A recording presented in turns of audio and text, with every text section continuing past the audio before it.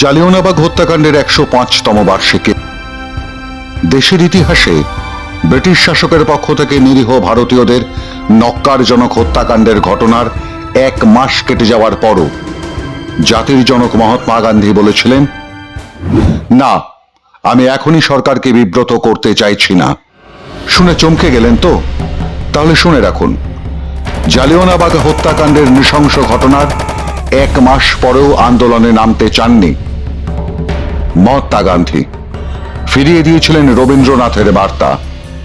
রবীন্দ্রনাথের বার্তা নিয়ে সে সময় তার সঙ্গে দেখা করতে গিয়েছিলেন শান্তিনিকেতনের শিক্ষক CF অ্যান্ড্রুজ।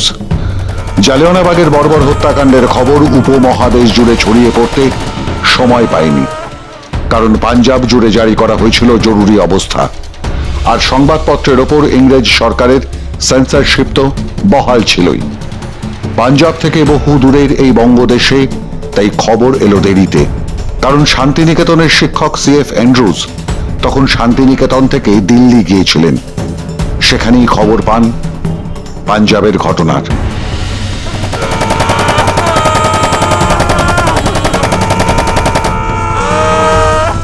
সেখান থেকে চিঠিতে জানিয়েছিলেন রবীন্দ্রনাথকে।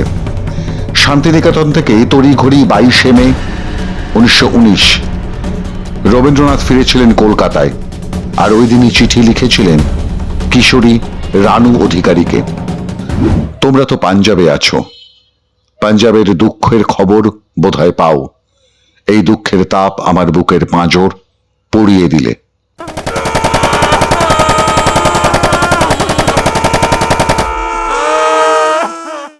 আর অ্যান্ড্রুজকে বললেন MK গান্ধীর সঙ্গে যোগাযোগ করতে, আন্দোলনের বার্তা দিতে। তখন পাঞ্জাবে বাইরের মানুষের ঢোকায় নিষেধাজ্ঞা। রবীন্দ্রনাথ চাইলেন দিল্লি হয়ে যদি রবীন্দ্রনাথ ও গান্ধী পাঞ্জাবে যাওয়ার চেষ্টা করেন তো কেমন হয়। গ্রেফতার করলে করবে ব্রিটিশ, তাতে প্রতিবাদের ও জনগণের প্রতিক্রিয়ার স্ফুলিঙ্গ আরো শক্তিশালী হবে।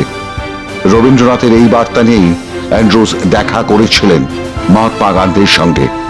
তিনি ফিরিয়ে দিলেন এই বলে, না, আমি এখনই সরকারকে বিব্রত করতে চাইছি না। হতাশ রবীন্দ্রনাথ স্তব্ধ হয়েছিলেন এই বার্তা শুনে, কিন্তু হাল ছাড়েননি। এরপর 29শে মে রবীন্দ্রনাথ নিজেই দেখা করেছিলেন বাংলায় কংগ্রেসের নেতা চিত্তরঞ্জন দাসের সঙ্গে, যার বর্ণনা তিনি পরে প্রশান্তচন্দ্র মহলানবিশকে লিখেছিলেন চিঠিতে। মহাত্মাজি রাজি হলেন না পাঞ্জাবে যেতে। কাল তাই নিজেই গিয়েছিলুম চিত্তরঞ্জনের কাছে। বললুম যে এই সময় সমস্ত দেশ মুখ বন্ধ করে থাকবে, তা অসহ্য। তোমরা প্রতিবাদ সভা ডাকো। কি বলেছিলেন কংগ্রেসের তৎকালীন নেতা দেশবন্ধু চিত্তরঞ্জন দাস? গান্ধীর মতো তিনিও কবিকে হতাশ করেন। সভা করার দায় ঘাড়ে নিতে চাননি চিত্তরঞ্জন দাস। উল্টে রবীন্দ্রনাথকে একটা প্রস্তাব দেন, একাই একটা সভার আয়োজন করতে বলেন, আর সেখানে জালিয়ানওয়ালাবাগের প্রতিবাদী বক্তব্য রাখার প্রস্তাব দেন চিত্তরঞ্জন দাস। স্বাভাবিক কারণেই এই প্রস্তাব কবির মনঃপুত হয়নি। একলা যখন চলতে হবে তখন একলা চলারই সিদ্ধান্ত নিলেন রবীন্দ্রনাথ ঠাকুর। যদি তোর ডাক শুনে কেউ না আসে তবে একলা চলো রে। সারা রাত জেগে সেই ঐতিহাসিক চিঠির মোসাবিদা হলো। যখন ভোরের আলো ফুটছে তখন শেষ হলো লেখা। প্রশান্তচন্দ্র মহলানবিশ সে সময় এসেছিলেন কবির কাছেই। সে সময় কবি তাকে বলেছিলেন, এই সম্মানটা ওরা আমাকে দিয়েছিল, কাজে লেগে গেল। এটা ফিরিয়ে দেওয়ার উপলক্ষ করে আমার কথাটা বলবার সুযোগ পেলুম। ভোর শেষে সকাল হলে অ্যান্ড্রুজ এলেন চিঠিটা নিতে। সে সময় ঘটেছিল আরেক কাণ্ড। রবীন্দ্রনাথের ক্রোধতপ্ত চিঠির ভাষা খানিক নরম সরম করা যায় কিনা এমন প্রস্তাব ছিল অ্যান্ড্রুজের। এ কথা শুনে রবীন্দ্রনাথ ফের ক্ষিপ্ত হয়েছিলেন। বকুনিও নাকি দিয়েছিলেন তার প্রিয় বন্ধুকে। রবীন্দ্রনাথ ত্যাগ করলেন ব্রিটিশদের দেওয়া নাইটহুড পদবি। গোটা দেশ চমকে উঠল। প্রতিবাদের ভাষা এমনও হতে পারে?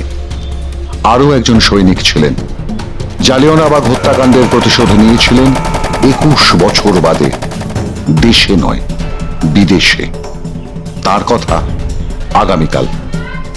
মাধ্যম ব্যুরো রিপোর্ট।